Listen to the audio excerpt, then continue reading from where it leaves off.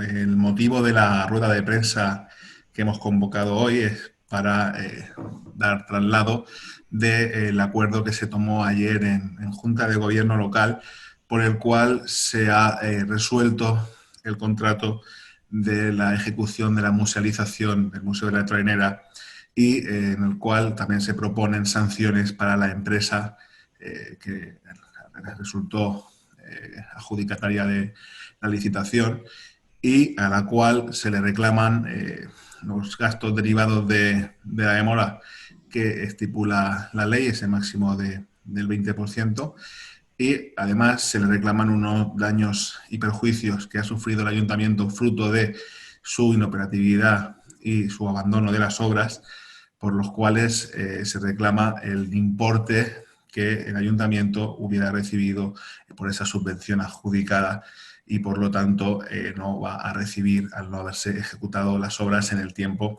estipulado.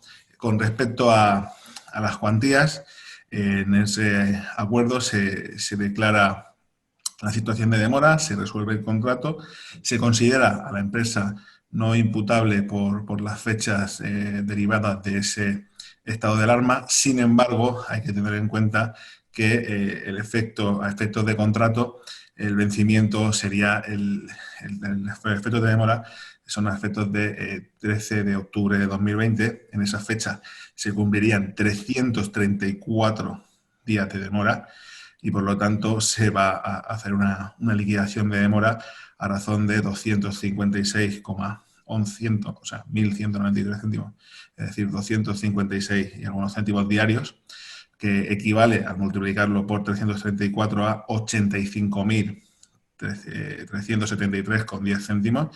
Eso es la parte correspondiente a demora. Y además, como he dicho, se va a exigir por daños y perjuicios derivados de esa demora la parte correspondiente a esa subvención que se había adjudicado para ese proyecto, que asciende a 258.253,64.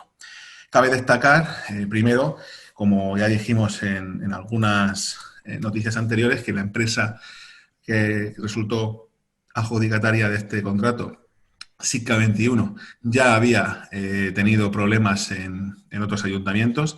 Ya citamos en su momento el problema que generó en Denia al dejar inacabado un colegio. Y aquí pues hemos sido también víctimas de las malas formas y el mal hacer de esta empresa. Hay que destacar que esta licitación vino de la anterior legislatura, pero que en los plazos que se dejaron para la ejecución de las obras se estipulaba que se debía hacer en 6 meses. Esta empresa resultó vencedora en ese concurso, en esa licitación, porque en su oferta indicaba que era capaz de ejecutarlo en 5. Ha pasado prácticamente 1 año y medio, o más de 1 año y medio, y las obras no solamente no han sido finalizadas, sino que queda gran parte de las obras por acometer, como así indican los informes preceptivos que ha realizado la dirección de obra a efectos del expediente de resolución. A destacar, como hemos dicho, que en este caso, por parte del ayuntamiento se ha tenido la voluntad siempre de intentar acabar las obras en el plazo que fuera oportuno, tanto que lo primordial que buscaba el ayuntamiento era que se finalizaran las obras de este museo. En cuanto a la subvención, por el tema del COVID y por plazos propios de estos proyectos europeos, de estos fondos FEDER, se realizaron diferentes prórrogas, sucesivas prórrogas, que hubiesen dado cabida a el llegar a esa subvención. Es decir, el plazo de finalización en un principio iba a ser noviembre del 19, después se pospuso a mediados del 20, a marzo del 20. Tras el COVID se determinó que debía generarse una nueva prórroga para que no se imposibilitara la consecución de estos proyectos y lo derivó a noviembre. Es decir, que si la empresa hubiese cumplido con unos plazos razonables, entendemos que en todas las obras pueden surgir retrasos, pero una obra de 5 meses, o que en principio se debería haber ejecutado y acometido en 5 meses, porque, como he dicho, esta empresa resultó adjudicataria porque el plazo, la mejora en el plazo, puntuaba en el concurso. Por lo tanto, el hecho de que esta empresa dijera que lo iba a poder acometer en ese plazo excluyó, o por así decirlo, le puso por delante de otras empresas que quizás estuviesen más especializadas en el sector. Como digo, si hubiesen realizado esas obras en los plazos que se estiman para una empresa que cumple de manera seria y firme aquello que oferta, hubiésemos llegado de sobra a todos los plazos estipulados, independientemente de esas prórrogas que, como digo, simplemente hacen que poner más de manifiesto la falta de voluntad que ha tenido la empresa en todo momento de acabar la obra tal y como ofertó en el concurso. A destacar que este proceso es el que lo que vamos a hacer es llevarlo hasta sus últimas consecuencias. Entendemos que no solo por el agravio que ha sufrido el ayuntamiento, es decir, por ese perjuicio con respecto a no tener terminada el edificio, sino además también esa subvención, pero no solo por el hecho de que se haya sufrido este agravio, sino por el hecho de que queremos también mandar ese mensaje. Sabemos que viene una época en la cual todos los ayuntamientos van a lanzar muchos proyectos. Sabemos que la ley del contrato del sector público hace que sea abierta este tipo de proyectos de ejecución a cualquier empresa que se presente. Queremos mandar ese mensaje de que las empresas han de ser serias, porque este tipo de incumplimientos tiene sus consecuencias y, por lo tanto, este ayuntamiento va a llevar este proceso judicial hasta final, ¿no? Y queremos que obviamente la empresa pues responda por todos los perjuicios que ha generado al ayuntamiento. Posteriormente os pasaremos una nota de prensa en la que detallará esas cifras, ¿no? en las cuales se ha decidido sancionar a la empresa. Y, como digo, a remarcar que el ayuntamiento lo que no va a dejar es a quedarse quieto ante este tipo de atropellos que, como digo, lo que han resultado es en el perjuicio de toda la ciudadanía, porque el resultado es que tenemos el museo con la musealización a medio hacer. A ver, aquí hay dos cuestiones, ¿no? Primero está la judicial y luego está la técnica. Es decir, aquí ahora nosotros resolvemos el contrato, pero ahora tenemos que resolver, o sea, una cosa es resolver desde el punto de vista administrativo y luego desde el punto de vista técnico hay que ver en qué condiciones está el museo para volver a licitar lo que queda por hacer. Es decir, hay que cuantificar y determinar qué es lo que queda por hacer. Por ejemplo, si la obra está a medias, os pongo un ejemplo muy abstracto y para que lo entendamos todos. Si, por ejemplo, el aire acondicionado están puestos los aparatos, pero no está puesta la canalización, no se puede decir que esté puesto el aire acondicionado y, por lo tanto, hay que determinar qué parte de aquellas cosas que están a medias es lo que queda por hacer, cuantificarlas y, por lo tanto, volver a licitar. Ese proceso no va a ser sencillo, porque hay muchas cosas que, por su propia complejidad técnica, hay que determinar si cabe liquidarlas en el punto en el que están o si, por la dificultad que supone el hacer una instalación a medias, no se puede tener en cuenta como unidad y, por lo tanto, hay que licitarla en su conjunto y, por lo tanto, tampoco certificársela a esta empresa. Es decir, queda por determinar qué es lo que se ha hecho y lo que no, y, por lo tanto, una vez se tenga determinado, lo tendremos que encajar en esa programación de licitaciones, tanto a nivel de cronograma como de presupuesto, para volver a lanzarlo. Con respecto a lo que se reclama, porque me están aquí preguntando si efectivamente se reclaman esos 80 y... Lo digo, la cifra concreta. Se reclaman, a ver, 85.373,10 céntimos y 258.253,64 céntimos.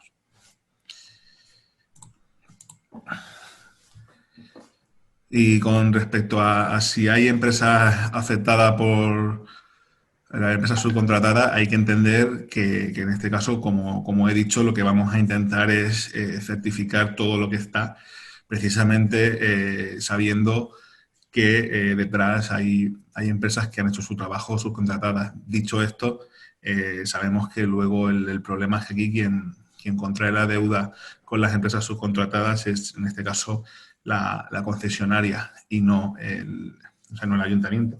Es decir, que se puede dar la paradoja de que el ayuntamiento certifique aquellas actuaciones que han hecho los oficios y luego, en última instancia, pues la empresa no les pague y, por lo tanto, cada empresa subcontratada deba iniciar su particular litigio contra la empresa.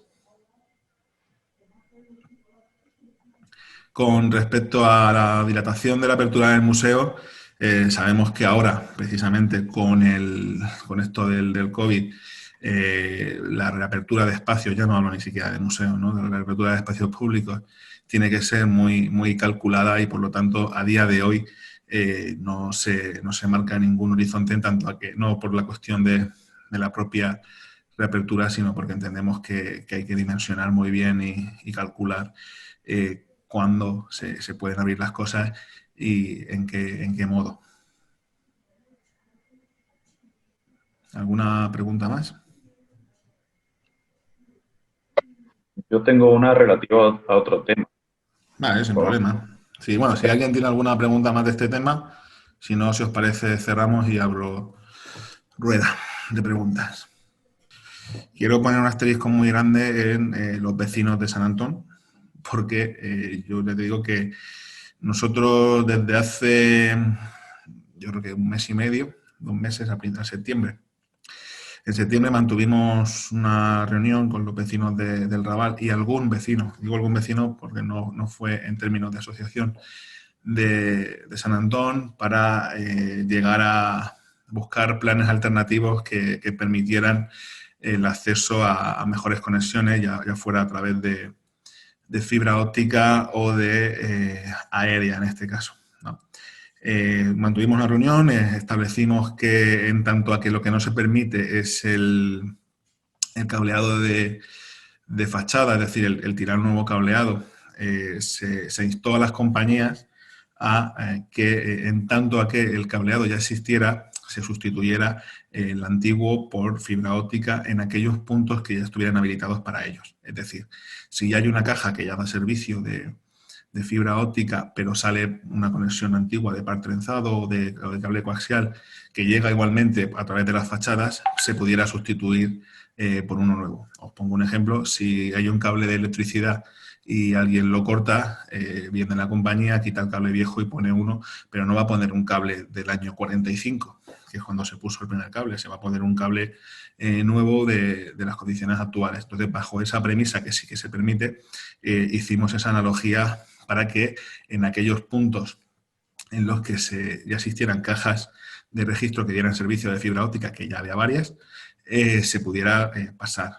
Bajo esta premisa ya ha habido varios vecinos que en los últimos meses han podido tener servicio de fibra óptica. Por lo tanto, ya ha habido un avance, pero el problema es que no se tenía una cobertura total, porque para ello, como decimos, hay que soterrar y las empresas pues hasta el momento no estaban dispuestas.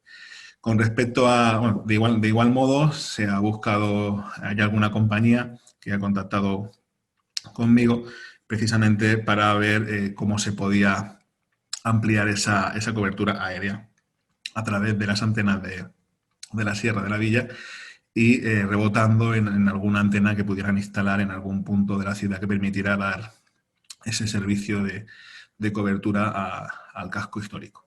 Con respecto al escrito al que hacen alusión los vecinos, yo tengo que decir que yo no tengo constancia de esa empresa. En última instancia es una empresa, quiero decir, una empresa.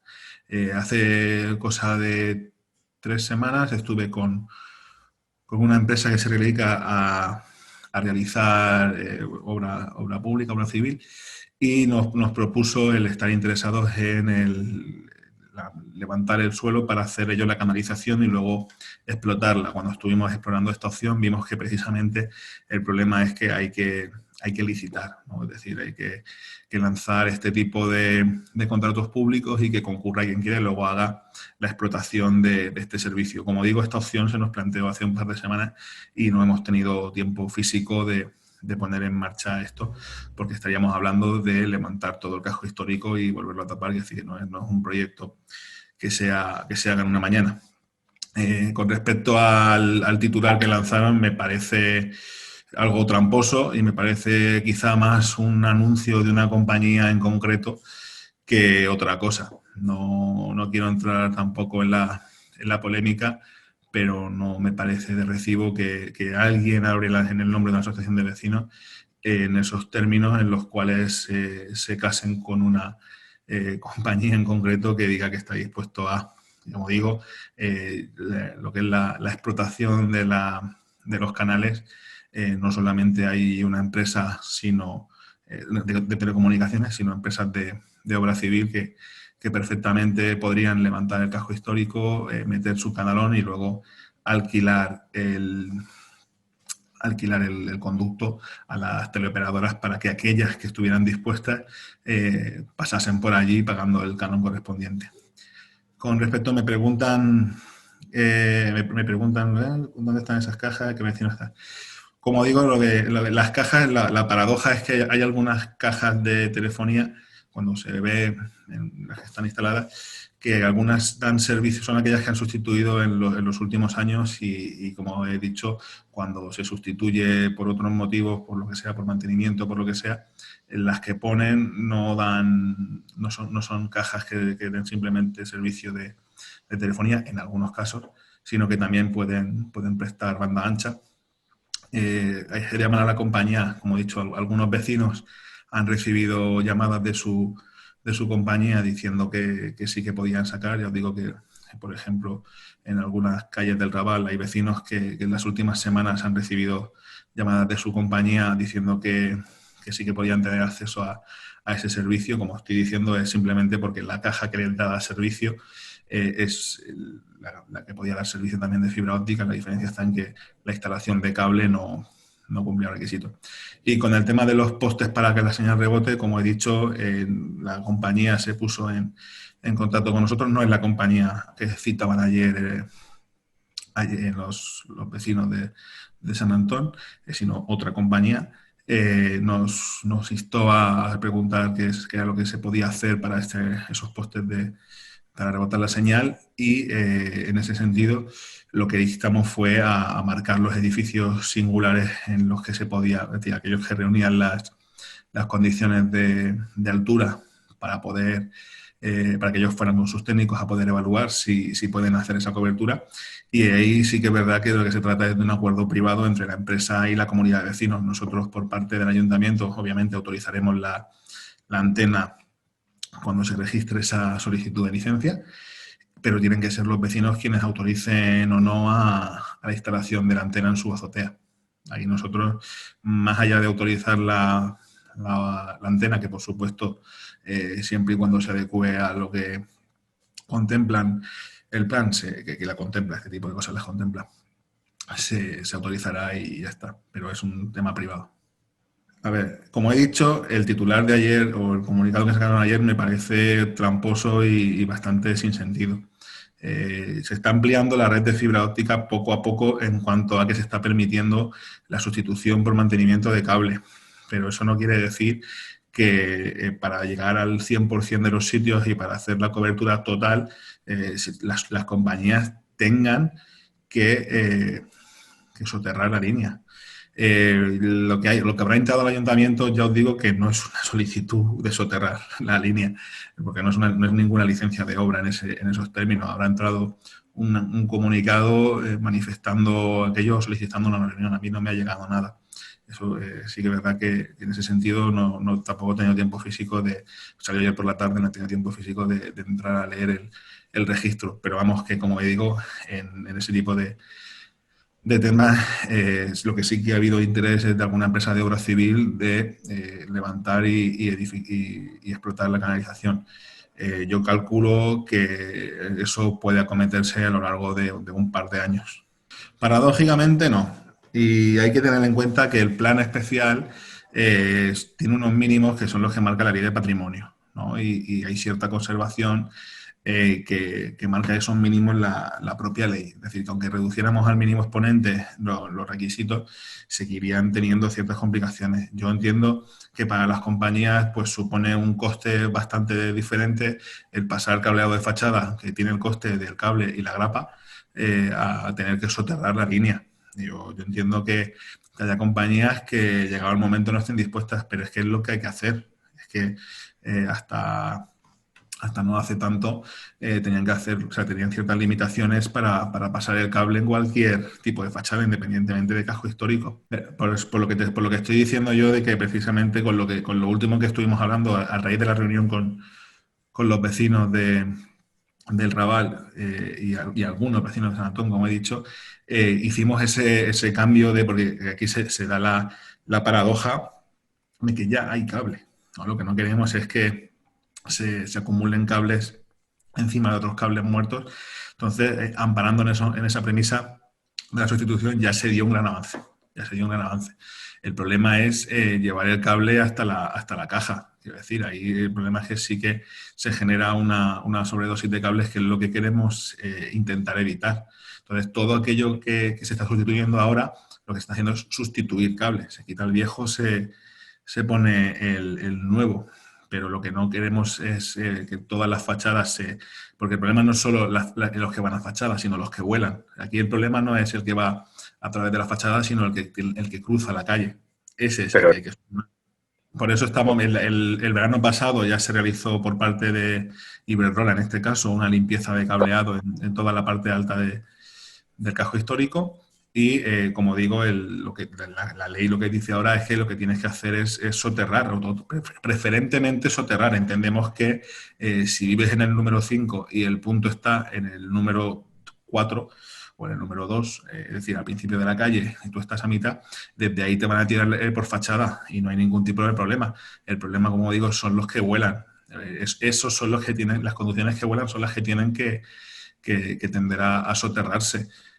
Como digo, las empresas que hacen el canalón y que alquilan el canalón, eso es un negocio que está en muchas partes. O sea, que decir que las propias compañías, que no estamos aquí hablando de atracar a las compañías telefónicas, que lo hacen en muchos lugares y no solamente en sitios con planes especiales ni con cascos históricos que estén protegidos por el patrimonio, sino que en muchos lugares simplemente se soterra porque es un servicio más, como en cualquier urbanización que se pueda realizar nueva con un nuevo servicio. Intercomarcal Televisió. Per a tu, per a tots.